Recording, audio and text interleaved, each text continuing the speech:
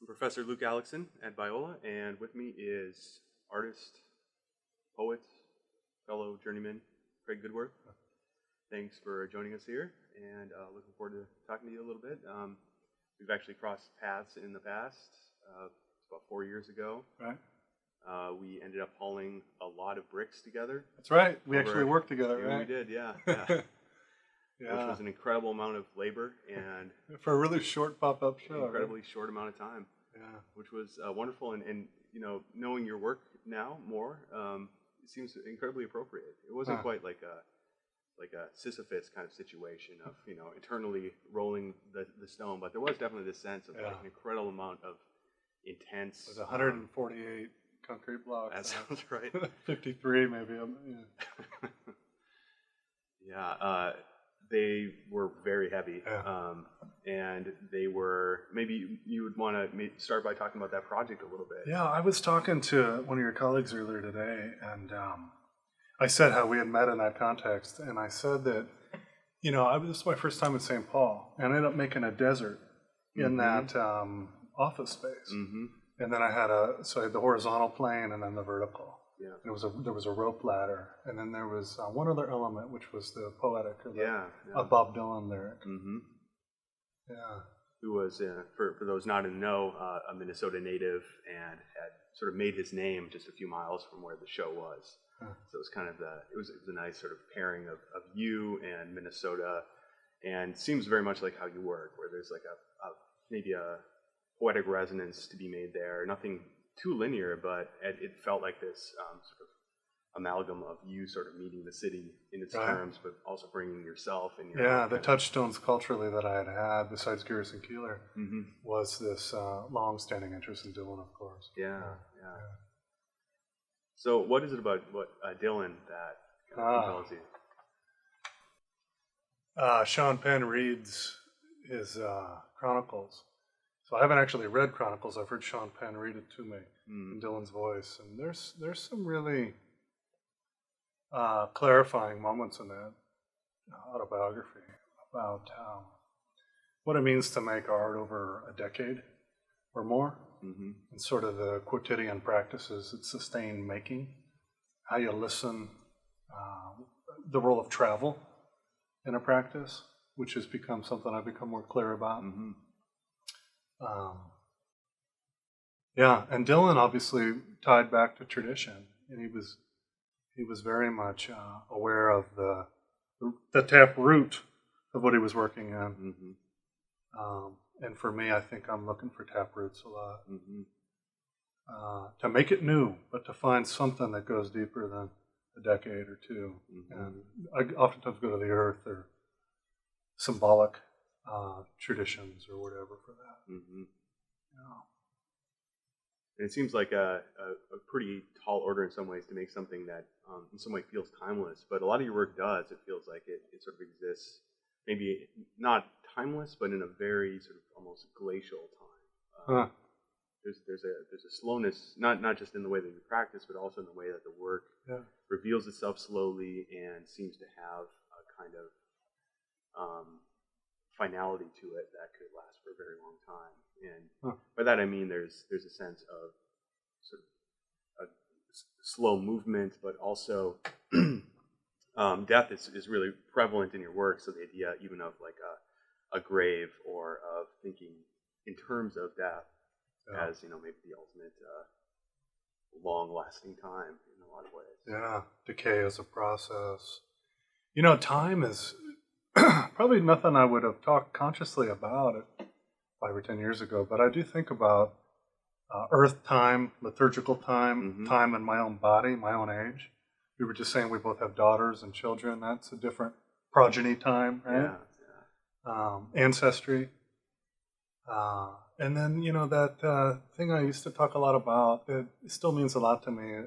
I'm not even sure what theologian said this, or if they've become cliche at this point, but you have two conversions, one from the world and one back to the world. And that one back to the world involves historical political time. It has to be responsible, able to respond to that in a way. Yeah, a lot of the work I do ties to land and animal and earth time. But there has been a challenge that I've felt I've needed to meet in terms of, say, Arizona, my home landscape, and the social body, which is a very different body than the carcass, Right. or even my own. Yeah. Hmm. So how does that responsibility weigh on your work, or that sort of which would in some ways be the inverse of like a timelessness? It's like it's very much of a certain place or a certain body politic, maybe. Just recently, I think the responsibility. I got the Fulbright, so I went to Slovakia, and when I got that grant, there was a lot of freedom, but with that freedom came a sense of responsibility that I'd get out in the land, and I chose traditions, ways of being in the land that were proven, the hunting culture, the beekeeping, and all that. But I was sort of set loose, and because I was set loose, it increased my own sense of responsibility to really find forms and bring things back to the studio to start working with. So I think in the context of the most recent project, responsibility was a big one in terms of the funding and the weight of the cross-cultural dimension and all that. Right. Wanting to offer something that's maybe in the visual culture of the place, but extends it and brings my otherness. I'm from the American West, and I'm both proud and embarrassed of that in some ways historically. Sure. There's who's the T.H. Watkins, I think, said you can't think about the American West and be intelligent and not have a combination of pride and shame when you look at First Peoples or fracking and some of this stuff that I answered on behalf of my context in Slovakia to some of the hunters would ask about this stuff. Yeah. So they were engaged aware enough in your I had to represent and testify or witness to a story that isn't just mythic. I mean, there's real historical reality you can't ignore, and get beyond some of the easy myths, the cowboys and all that junk, and then to move into some of the things that are underneath that myth that I value. In a good way, suspicion of authority and restlessness and drivenness, and some of that is it's in my blood. It's how I do things, or my nature, or whatever. Yeah. So even the cowboy as a myth, which would be like the paper thin myth, in some ways also has some strengths to it. Yeah, I mean, underneath it's not all rotten.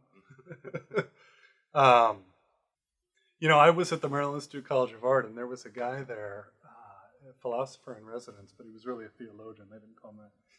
And he said once to some faculty, because I was tough as a student, I was really hungry, and I asked for a lot. And he said, the only way to understand him is he's from the desert. And I didn't know what he meant, but I think in years since that time at Maryland Institute College of Art, identity, geography, some of those myths that I've been nurtured by or half believed in consciously or whatever, I've begun to be more discerning as to what's the rotten part and what isn't. One of the really interesting things from a literary standpoint, because I know we both read a bit, is do you know Jack London's To Build a Fire? Haven't read it. It's a little tiny little essay, or book, excuse me. It's not an essay, a book, it's a short story. And I think it's only like 16 pages, but it's about a man in the Yukon with his dog, and about the only thing he knows is to build a fire, and that saves his life. He's out there looking for logs that might be moved in another season for ultimate economic gain. And the West is in some ways built by personalities like this. But what's interesting after being in Europe is it's so obvious rereading that story. He's a man without tradition. And in the Central European or West Carpathian Mountains, there's this sense in which you don't go out in the woods alone.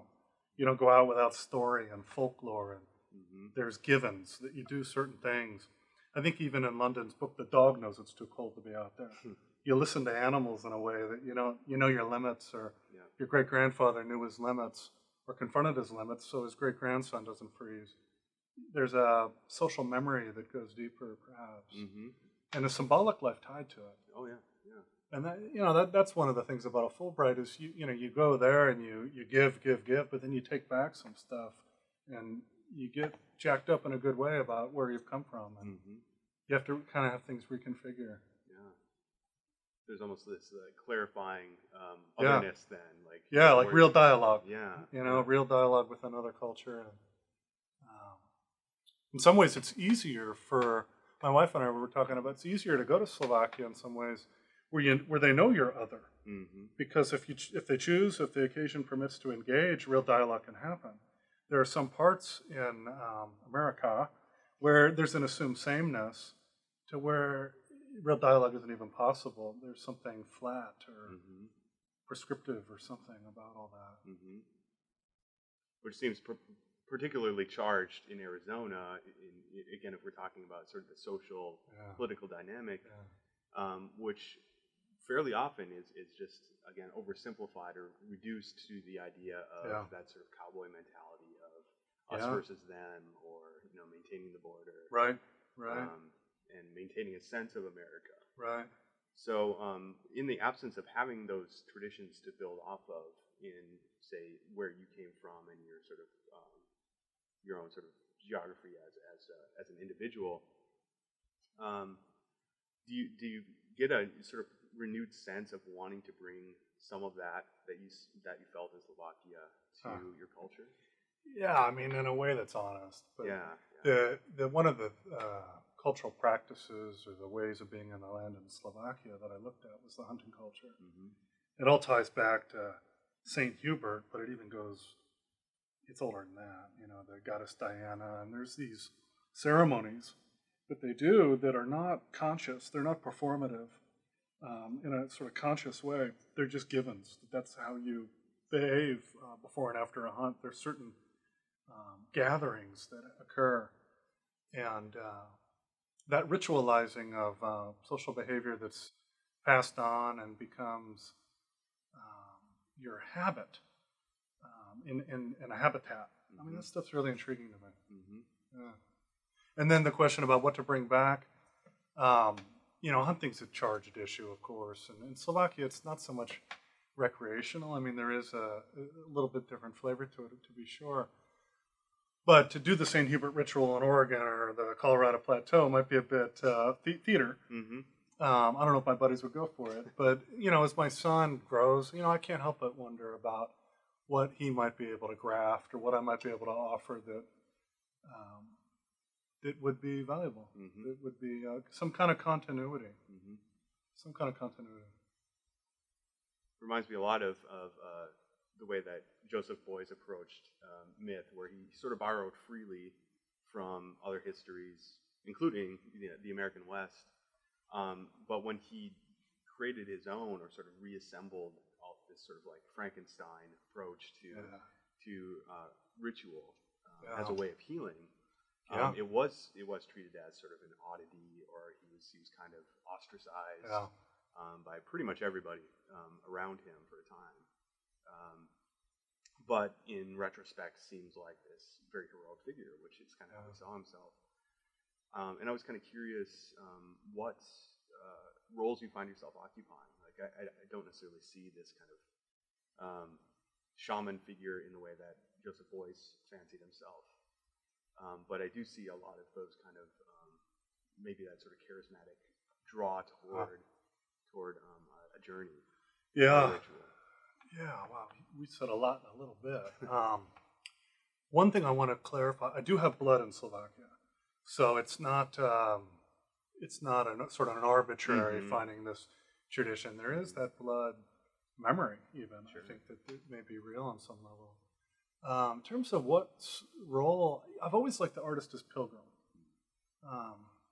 But I need to negotiate it in a sense, because we were just saying, when kids come along, going on a pilgrimage and leaving your family at home is a little different. And then I've been places now, I've covered enough ground to where the pilgrim might go somewhere and return, but the obligation, what's asked of the pilgrim in the return, may be less than what I'm experiencing is asked of me. There are places I keep returning to that I feel an obligation, that I feel responsible to. Certain parts of the Sonoran Desert I grew up in are like La Cadencia. This is Barry Lopez's idea. Do you know it? Barry Lopez wrote an essay, The Rediscovery in North America, and he said that La Carencia is the spot on the bull ring where the wounded bull goes after these painful encounters to ground himself, and not just to like lick his wounds, but to take his stand. And the noble bull or whatever keeps doing that, and this is an old tradition, right? Yeah. And Barry Lopez goes on to say that in the rediscovery in North America, we have to rediscover the spiritual, psychological dimensions of landscape. So, I mean, that's meant a lot to me for a decade, and I've thought about where are those carencias? And growing up in the Sonoran Desert, there's a couple. Desert Wash, I'm thinking of. My grandfather's farm in Pennsylvania. Slovakia represents one. An Orthodox little monastery in Cañones Canyon is one of those. But a pilgrim might go through those spaces and never return. And I'm realizing I need to negotiate the notion of pilgrim, because I keep going back to those. I keep returning. And I keep, in a sense, listening or taking my stand from places that speak. Does that make any sense? It does, yeah. No, which sounds a whole lot more like a practice, maybe as when it's repeated like that. Yeah, it's a practice that leads to like a theory or something. I do these things out of I don't know, compulsion or a sense of instinct, and then there is patterning, and then you can look back. This is part of my practice. But I think those patterns are noted after I've done it a few times. I'm not consciously setting it up that way. It's more generative. It's more lived. Right. Yeah. So then there's not necessarily a conscious effort to heal oneself, or for this to be an act of healing necessarily. As like I'm going here, I'm performing this pilgrimage for this particular reason, which is something that I think I'm curious about, because so often a pilgrimage is perceived as something that is going to maybe fix me, or maybe it's an educational thing. I have some fixed goals in mind. Whereas when it comes from this sort of instinctual place of like, I'm not finished with this place, or it's not finished with me, it seems like a different kind of process. Yeah, so I think pilgrimage works to a point. But I suppose I have to find another word that better holds this. And I don't return everywhere. There's places I don't wish to return. And there's a discernment, I suppose, or just a way of life lived reality is that, we don't feel the need to go back and listen, to wait in every place we've been. Blood draws me. Big landscapes, I suppose, that are I don't know, that have enough solace and austerity, which sounds like an odd combination, perhaps. That ignore big landscapes that ignore the pilgrim. That draws me. Places that you don't go in and out of and change anything, but you can listen well, and those places are intact. The Orthodox tradition is one of those traditions that doesn't need me, it doesn't particularly want me. I mean, in the sense that it's not looking to make something. I'm not going to change it. It's been unselfconsciously what it is. For the most part, it's old as dirt. It's as it's as old as the desert.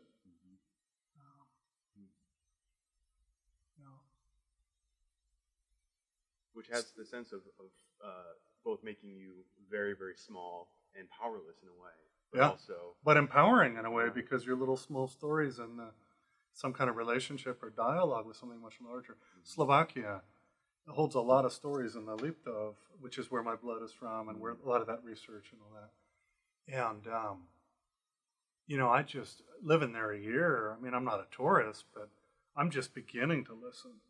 And we have the chance to return, and I'll continue that listening. But there's a whole lot of content that I'm just kind of brushing up against. And then try to witness to what I find in the work, ultimately. And I think pilgrims don't always feel an obligation to make something of it. In the sense that I'm literally making, site-specific installation or a series of poems, or I'm really making from to have an experience and make something from it. A determined experience or a specific place, and to make something of it. In Slovakia, in addition to sort of the cultural ritual I'm curious about the sort of the cultural production there, as a place that has, obviously a very different history, and one that you're connected to via blood, and now via like a good, healthy amount of lived experience. Right. The culture has experienced a lot of trauma in a lot of different ways. Yeah. Do you see that evidenced, A, in the landscape, and then B, in the cultural production as it is now, in terms of art, or I don't know how much contact you were actually able to have with, say, the artist there, but I think there's grief in the land, and I think that the forests are being ravaged by unprecedented wind. There's always been wind there, but the scale of it's bigger. I had a host academy, a host institution, the Bratislava Academy of Fine Art and Design. So I did brush up against, have some really meaningful conversations with faculty and some of the students, and critiquing all that. And I haven't thought this through in terms of the cultural production, but the grief in the land was something that I wanted to address in the work itself, and I used salt in these empty troughs, partly because in the hunting tradition, salt preserves meat, but there's salt in the human tear. And something about the eyes of a hunter named Milan, they're like the softest, saddest eyes in the world. Very competent logger. There's a forester, or a forest boss, right? But he was also a hunter. All your hunters are foresters, all your foresters are hunters, mostly. And he had spent 37 years caring for a forest that was like blown over, knocked down by nobody saw it coming, this windstorm, about 4 months before I met him. And something about that eschatological waiting and groaning and all this, he embodied it in his eyes. And I think Milan's eyes and some of these swaths of forest wrecked, and the questions that come up, well, there were monoculture spruce forests that were planted, so should they have been knocked down? What do we do now? Put concrete in and make a park? Do we tourism? Do we plant a healthy forest? There's some critical dialogue going on and all that, and then there's just the sense of the beauty that is not there. There's a renegotiation of what landscape these folks live in. Yeah. Which is fascinating, because that is, if ever there was a sort of a cultural void, that would be it. Yeah. And also brings to a peak that question of our relationship to nature. Can sort of human culture define nature, or is nature by definition something that defies us? Auden, W.H. Auden said, "A culture is no better than its woods." And I couldn't help but think of that a few times in the Liptov region. Yeah, and in terms of that, the kind of powerlessness that you're talking about in landscape, that's clearly a moment where he maybe felt his lack of power despite being the boss. Yeah. Right. The big boss. Which, I'm sure was not wanted or appreciated by pretty much anybody involved in that situation, but there is at the same time an opportunity to recognize what you are experiencing in those landscapes of its weightedness in its own rules, in its own time, in its own reality. Its own time, that's it, yeah. Because these forests, in a sense, there's a resilience. If you shift your notion of time, I think that it's possible to have some founded stand of hope if you shift your sense of time. But in terms of human time, or in terms of tourist time or something, forget it. It's really a huge question. Yeah. And again, with that landscape, it could be shaped by a cultural ideal or a cultural myth of a forest. It could be shaped by commercial interests. It could be shaped by any number of factors. Yeah. I want to bring this word up. It's a tricky one, because what I heard from some of the foresters and then the ecologists that I would have a chance to try to, with translation, engage in all this, was that these windstorms are unprecedented. Which, there's time in that word. Yeah. There's a sense of like there's nothing new under the sun. The wind has always been there, but the scale.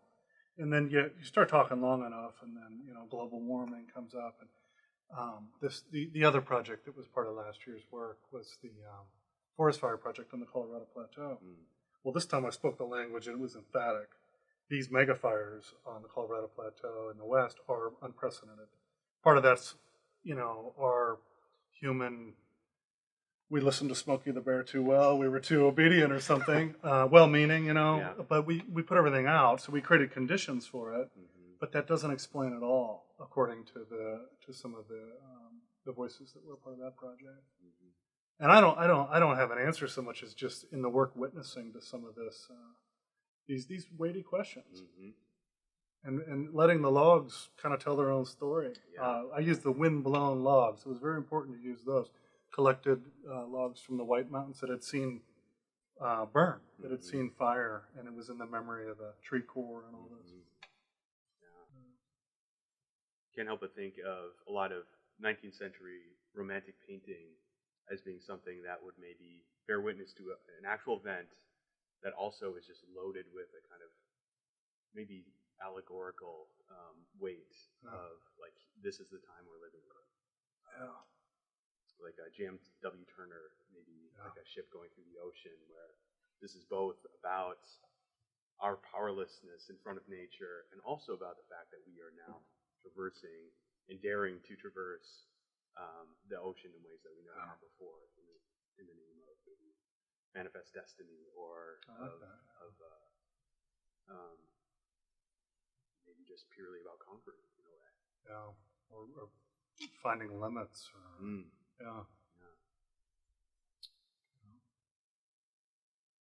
So it seems like there's I'd say a lot of artists don't necessarily want to pursue that kind of romantic gesture. I'm thinking of like an essay I read about 10 years ago about how we've kind of lost the idea of being lost at sea. That's something that has been a cultural fantasy. Frontiers closed, right? Right, exactly. And it's maybe not something that is at the forefront of culture in a lot of ways, but I see everywhere in your work. And I guess I'm guilty. I'm a holdout. Right. Yeah. No, I mean, to a degree, yeah, maybe I'm still deconstructing a myth, or I haven't been satisfied by the data. I don't know. But I didn't mean to cut you off. No, not at all. I kind of meant to ask that. Like, I think our world as it is right now is rife with opportunity for those kinds of questions. Like looking into those dark places or those unprecedented events and thinking that maybe we're dealing with those same issues. We're just refusing maybe collectively to deal with them. And that's one of the things I appreciate about what I see in your work is Thank you. peering into that. Yeah. When I went to Slovakia, I mean, I didn't say I'm going to go grapple with unprecedented wind. I said I wanted to look at the folklore, the specific lore of the folk in a place, which even in that sentence implies a shift from the mythological to the folklore, which may sound like nothing, but mythologies can get pretty abstract. It's got this sort of universality to it.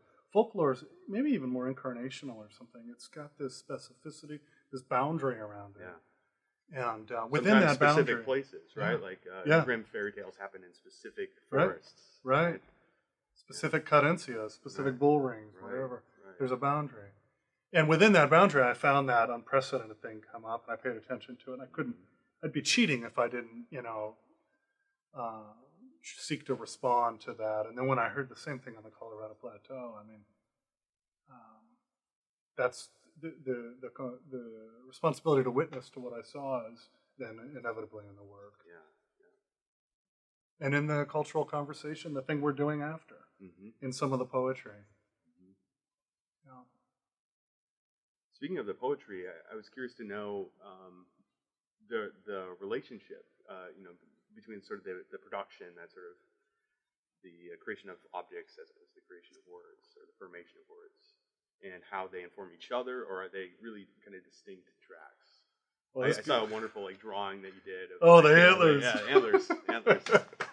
Well, I mean, maybe it's hokey, but it makes sense. I mean, the cycling of antlers, the symmetry or the lack of symmetry, the balance, the shedding, the regeneration, and it's the shedding is actually the powerlessness. it's curious because I've seen elk after they shed, it's like hard to figure out the bulls from the cows, and they don't use their horns; they use their hooves to refigure out their standing in the community. Some of the older bulls will bleed when they shed, and some will die from the bleeding. It is for me. It's a sense of balance or a sense of accountability, mutual clarification. And again, I did it, and then I found the schema, the nice antler or the hokey antler description. I don't know, to really make sense as a schema for how it happens for me. Sometimes the writing will lead to the work. Sometimes the work will be exhausting, and it's time to be back and out of the sculpture yard or whatever, and be able to sit and wait with words. But that is a big part of my practice. Increasingly, is this poetry stuff, and I read them at exhibitions in lieu of like an artist explanation. Mm-hmm. It's like another iteration of art. Yep. It extends the work. I've also let the poetry stand on its own 2 feet without images, objects, installations. To a small degree, I've begun to publish some of this stuff, and it's part of process. And then they have their own sort of artifact life. I mean, in a book, they're words, but I will say poetry in the old sense, where it's spoken, probably does resonate the most when it's enacted or given. Through the body. I probably write a lot for, I think what's printed becomes an artifact, almost for something that I'm able to give, embody. Would you say that your object practice is similar in that it's enacted, it's a performative thing, and what is left is sort of the residue of that moment, or the objects have something else beyond that sort of artifact status? Which ones? I mean, it's a really good question because I haven't thought it through fully, but I'm thinking I have worked in bronze. I've never given up on it, despite its charged history and nobility. And I mean, I cast some, I found a bee box. This stuff's on pretty recent work, but I found a bee box in Slovakia. I found about 8 of them. Most of them were empty, but there was one that still had the bee frames. And it was even more than bee frames. There were like wasp paper nests in there. And I found it on the border of Hungary and Slovakia, which suddenly starts to scream, these communities overlapping. The domestic farmer, the wasp is a different kind of insect insofar as we don't, farm. We don't get honey. Yeah. And the Austro-Hungarian Empire. I mean, there's loaded stuff. Yeah. And because collecting is part of my practice, and I knew that they were interesting enough, I couldn't cheat and leave them. I took them and stored them in my mudroom. And, man, I thought I was a deadbeat dad. I was thinking my kids are going to get sick. I'm going to get sick. The Honeybee Institute in Slovakia. I tell this story in the lecture tonight because it's important. I think, what really is behind the work. Yeah. They told me to, burn them, and that if I had a biology grant, I didn't. I should have probably had to obey, but I didn't. But I got nervous. I thought, man, I scratched. I guess I have bee disease or something from 30-year-old dead bee carcasses. And the long story short is I did find a way to burn them, but with bronze. And the molten metal, obviously, literally emptying and filling.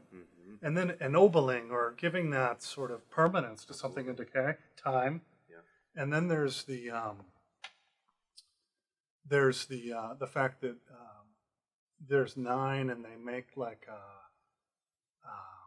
I don't know, they make a row in an installation space. I hold them back to the U.S. and I'm still figuring out the layers in the work, but I make something, figure out what I made. But I know enough to know that it's worth showing, and it's got enough in terms of where it was found and the process, and then the way that bronze is used in that way. We cast bronze with wax. Bees made this wax. Yeah. I didn't, and you can't pour bronze alone. So Slovak craftsmen, the work component that's really important to me in my practice, despite my interest in social practice, that sort of grit. We're pouring this stuff together and chasing it and doing all this artwork to make these forms that are sort of high art, bronzy things, but then they're not, and they are. So with those objects, I'm not sure what they mean yet, but they may function a little differently. How much during that process were the people you were working with? How much were they clued into the kind of poetic resonance of the project? Oh man, Miro Stefanik. I gotta send him a link. He's gonna love this. He's a really fun guy, and his English was excellent. Donko, or excuse me, Dono was clued in through Miro, and they got a kick out of it. Like, we're gonna cast this. How are we gonna do this? And can we get all of it? And when that metal hits that stuff, I mean, how do we gate and sprue it? And I suppose because the process was so essential to pouring on, I have 12 casts. On 3 of them, I left the gates and sprues on, partly because they stand up like candelabras or whatever, real pretty, partly because formally it works, and partly because it testifies to the human engineering architectural decisions we made collaboratively. I relied on their expertise, of course, but to make this thing. And I think they're in some ways interesting in a different way than just the really minimal box B frames. Right. Well, it definitely speaks to a more contemporary concern, which is like how are these things produced, and the production itself being sort of worn openly. Yeah. And definitely against the classical or that sort of ennobled, perfect, heroic gesture. Yeah, I mean, we did very little. I was, no sandblaster and all that stuff. But, I mean, even the bronze poured like honey. And this is stuff that was unfolding, and I was getting a kick out of as it happened.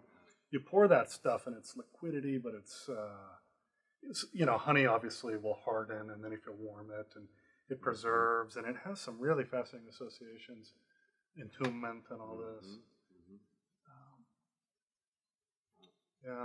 But that was a gift. I mean, it was also sort of a bear to deal with, the collecting and the cost of collecting. One of the B frames, my wife was in town, and we needed a coffee table.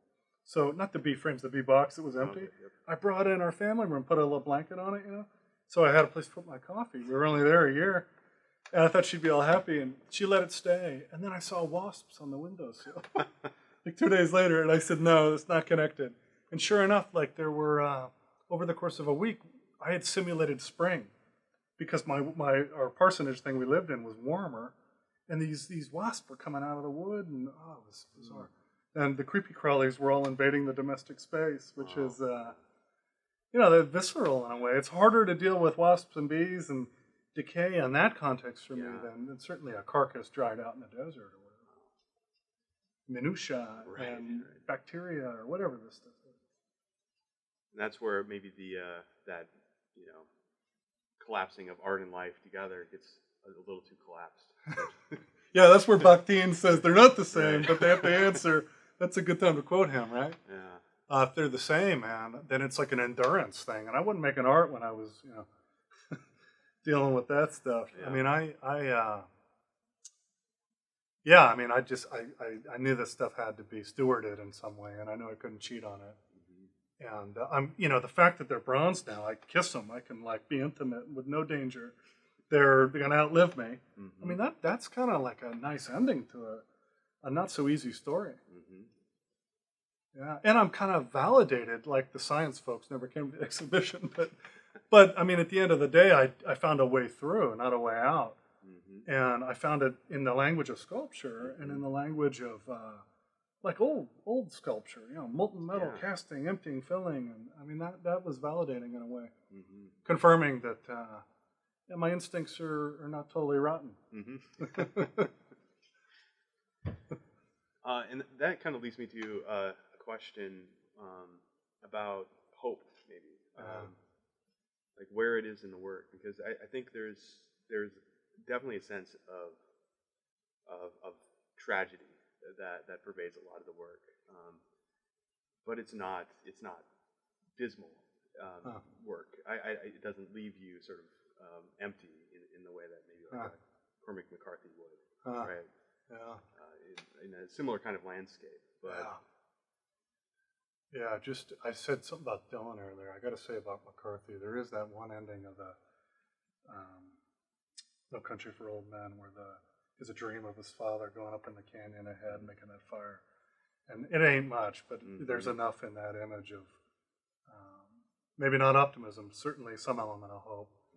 But we're not talking about McCarthy here. Yeah, in a sense, McCarthy's heavy, and there's absolutely not a simple kind of hope.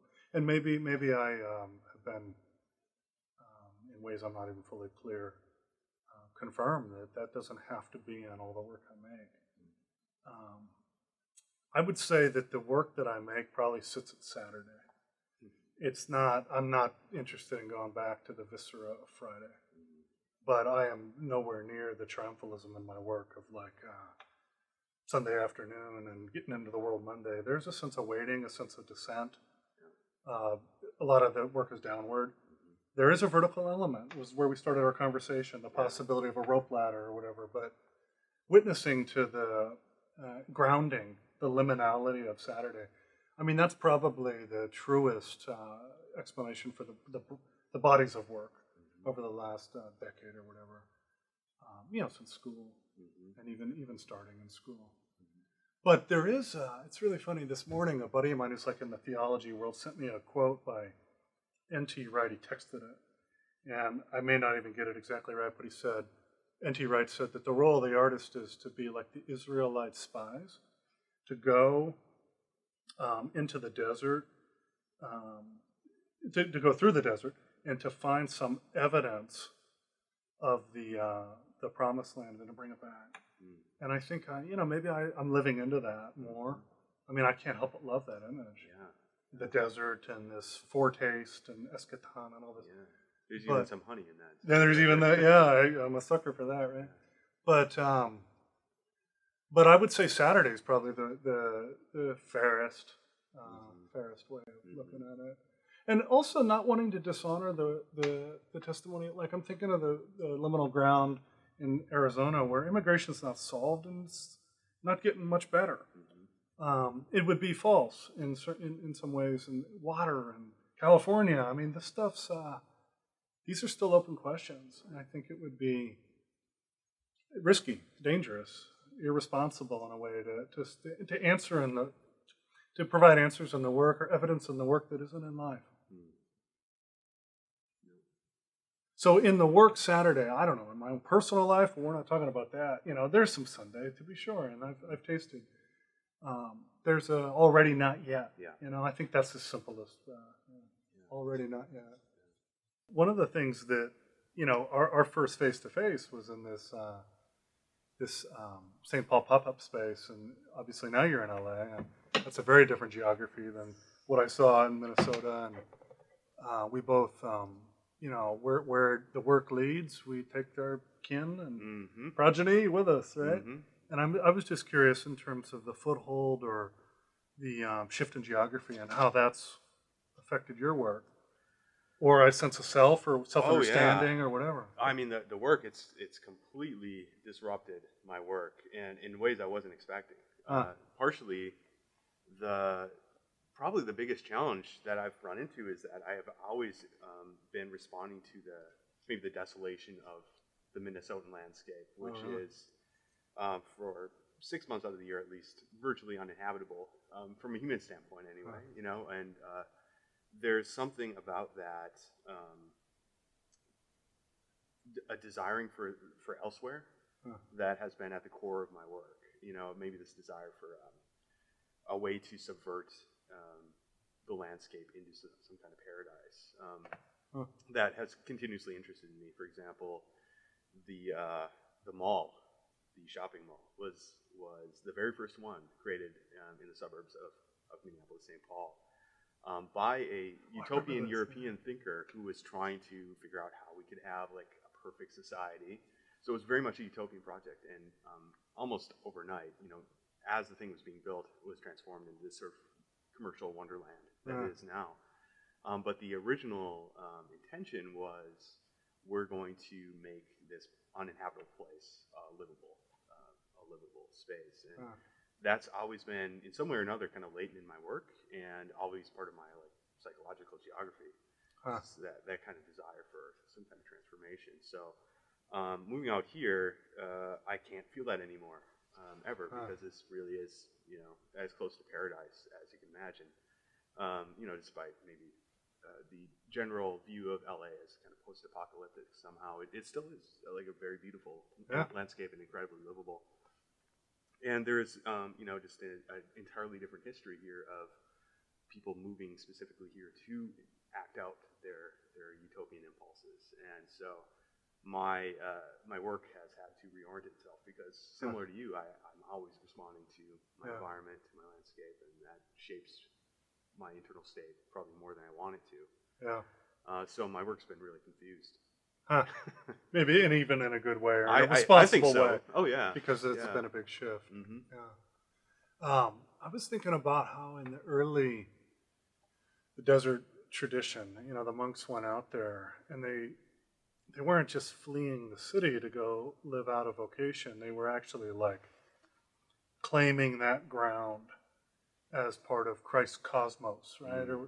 And this is, really helpful to hear both layers of the impulse of those monks and how their self-understanding in terms of a geography. Mm.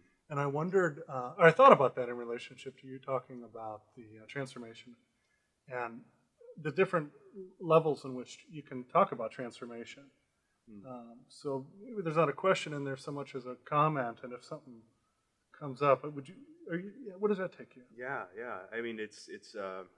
I think in every sort of physical impulse, and this is where I think even like the Desert Fathers were much more attuned to this than I think sometimes they're given credit for. There's a direct correlation between that lived reality and then this sort of spiritual yearning for a transformation, and believing that those things are actually inseparable from each other in some ways. Not to say that I'm going to be eating sand or anything, or that that would be that I necessarily hold to that sort of vision, but I think the idea of reclamation and growth and a transformation into another state is not just something that, maybe another way to say this, it's something that we all yearn for. It's something that drives implicitly pretty much every action. But I'm really interested in the people that are so connected to it and so attuned to, like, as opposed to sort of filtering this fantasy or this desire for transformation through some sort of elaborate cultural construction, getting down to these sort of core elements of I need to live in this beautiful space, and somehow or another that will transform me from the outside in. Right. Two things came up for me. One is the cadencia came up in my mind again in relationship to the Desert Fathers and Mothers. This going there and taking a stand, and the that holding one's ground in the desert or something. An interesting connection of ideas I've never done before. Out of this conversation that just happened for me. The other thing that came up for me was when I moved to Oregon, and I'm relatively new to it. I was lucky insofar as we held out. My family, my wife and I lived in a camper so we could live out of town. Nice. And we found a 90-acre property where I could help take care of I cut up a bunch of firewood and pruned 45 apple trees. And, those were, I didn't consciously know it at the time, but they were rituals of entry. And I'm not opposed to living in a city. I'm not sure we won't have a transition or a season of our lives in another very different place. But were there rituals of entry from Minnesota to LA or the context in which you live now? Or does that language even fit in terms of how you understand your own work and land and place? Yeah. Oh, that's a great question. My wife and I decided to drive with our daughter from Minnesota, specifically to, at least for me, I think after the fact, she was sort of regretting the decision. But for me, it was really meaningful to literally experience the shift in the landscape and literally incrementally watch it unfold out the windshield. Exactly. Yep. And be able to not so much like touch it and experience it directly, although I would have if I could have in a way, but wanting to actually physically experience the transition as opposed to the sort of the magical shortcut of the airplane. Yeah. So it was a painful experience in a lot of ways, and a durational performance in its own way with a 4-month-old in the back seat. Right. But also one of like sort of letting go. And for me, that was part of my transitional, maybe that liminal space was that drive, which also happened to provide a very practical function. Right. But maybe true to the vision of LA as the ultimate car city. Once we got there, part of our experience was just getting in the car and driving nowhere. Just driving around. And it was driving through hills, not so much the Hollywood Hills, but just driving up into the hills and getting a sense of the space and the speed and the time and starting to imagine life, sort of looking outward or looking forward to ourselves there. And that was important for us. It wasn't so much we weren't looking for a place or anything like that. We had locked that down, but the moving through and just capturing a sense of space and ourselves in that space was really important. 2 days ago when I flew in from Ontario to the college, we took side streets, and I thought first of the Lincoln Lawyer. That guy, Matthew McConaughey's character, drives all those side streets in LA. That was kind of cool. Oh, yeah. And the other thing I thought about was how different it was to move through LA. And then this morning, with Barry, we drove, or we had intended to drive, and we were on some side streets. And just the sense of body, the sense of your body moving. And I was thinking about Wendell Berry. Do you know his work? Yeah. He talks about the recovery or whatever from being from the physical pace that we're inevitably putting our bodies through, and limitation and recovery time where we'll go and get back on the ground. Or I'm thinking of Andy Goldsworthy talking about getting grounded after a flight and how long it takes, how quick he wants to be, and how he builds into his practice that groundedness or whatever. Yeah, which is just a healthy way to live in general, to recognize. To pay attention to, I suppose. Right. Yeah. Which is maybe a cultural tradition that we have built in at this point, like giving space for jet lag. As like a symptom of actual dislocation, but also a kind of recovery or healing time. Yeah. Healing is that word again. Yeah. We haven't addressed it directly. I don't know that we need to, but it's come up.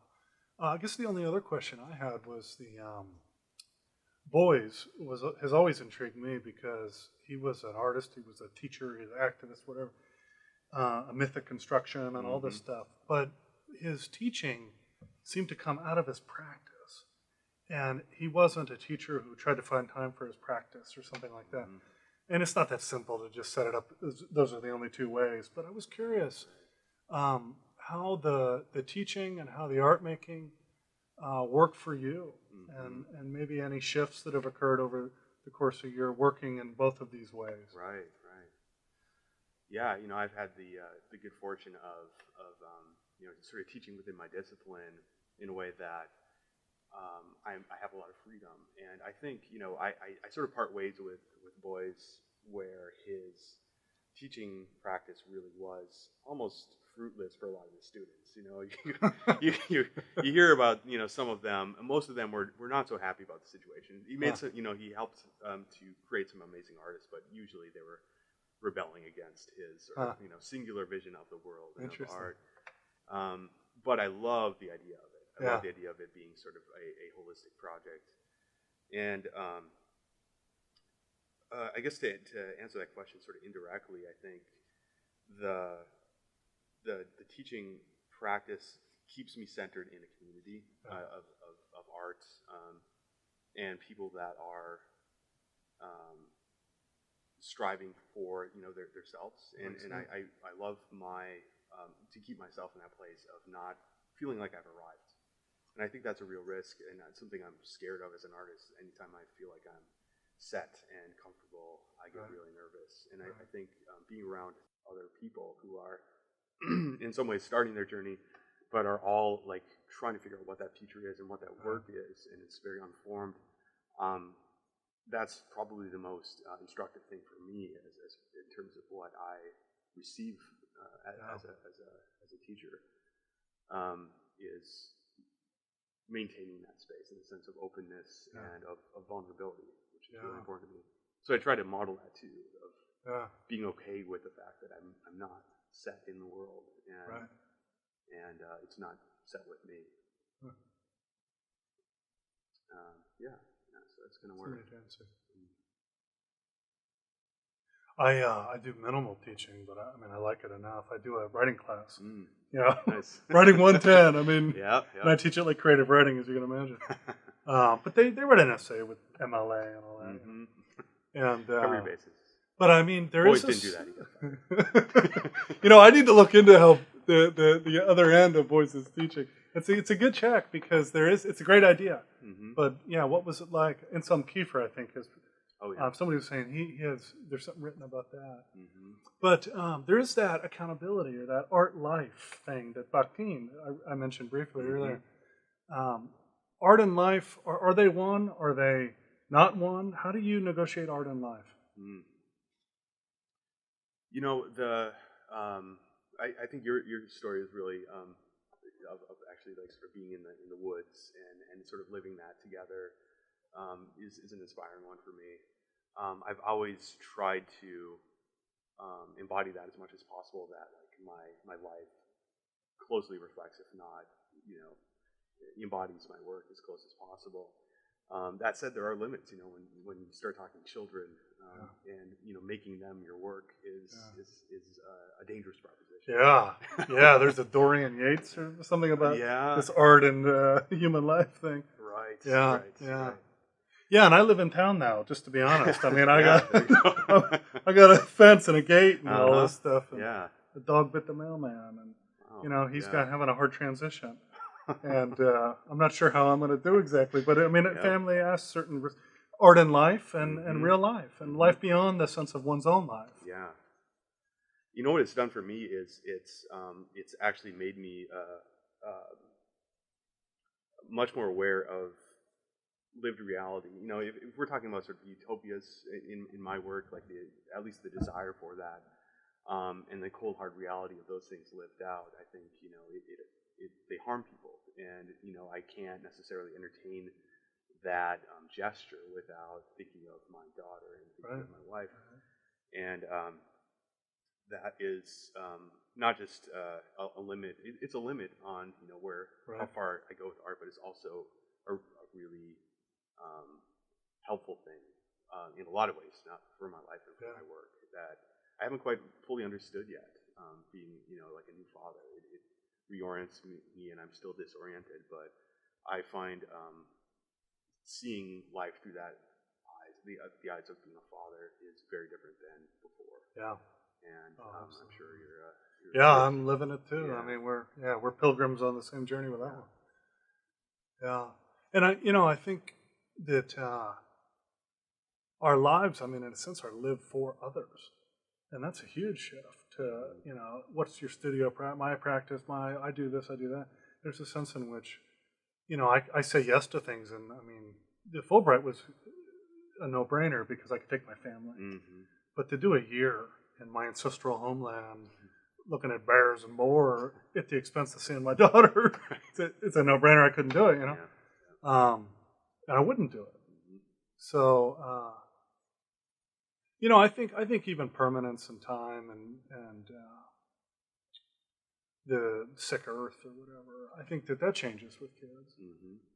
And absolutely. Yeah. Creates a very different kind of urgency. Right. And powerlessness and surrender, perhaps. All those things. The adult feeling. Yeah. This is an art school feelings. This is like right. adult stuff. Right. In a sense, these are different kinds of concerns. Yeah. Second half of life, I don't know what you want to call it. Mm-hmm. Yeah. Mm-hmm. Cool. Yeah. Second half of life, that sounds a little bit different than adult. Maybe those are the same thing now. Yeah. And there's maybe in a broader sense, this idea that art making would be in its kind of an extended adolescence, or that if you're going to be a committed artist, it is at the expense of these other realities. Right. But I think a lot of artists I've respected the most are the ones that hold those things in tension and actually draw strength from both sides. Yeah, Peter Pan isn't the answer, but Terrell says something fascinating. What did the rodent critter cost you? Yeah. And just to witness to the cost, I think there's a level of honesty. 3 marriages. Yeah, exactly. Yeah, and then as an artist practitioner and as a teacher, and inevitably we have to negotiate what we're willing to pay. Mm-hmm. We opened a conversation with time, and in life, my wife and I have chosen time over money. Mostly, it's cost us, or we paid the price for time. Yeah. But I have time for my work, and we have time with the kids. But there's a different, there's an economic consequence, and I wondered if you would touch on time or pace or some of that, in ways you haven't already. And it's sort of been embedded in some of the things you've said. Yeah. Well, another way of thinking about that desire of occupying like a more perfected space is an ability to lose oneself, and I think that is, in my mind, equated with the idea of being outside of time.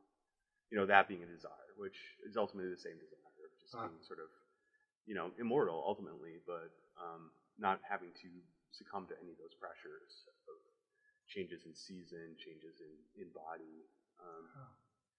And I think that is both a really important embedded sort of God-given desire that is inescapable. But then there's a question like, what do you do with it? And I think I've learned so much about time in the first year of my daughter's life, in that it's shrinking and expanding in these very bizarre ways. It seems like quantum mechanics, like I'm simultaneously hardly sleeping.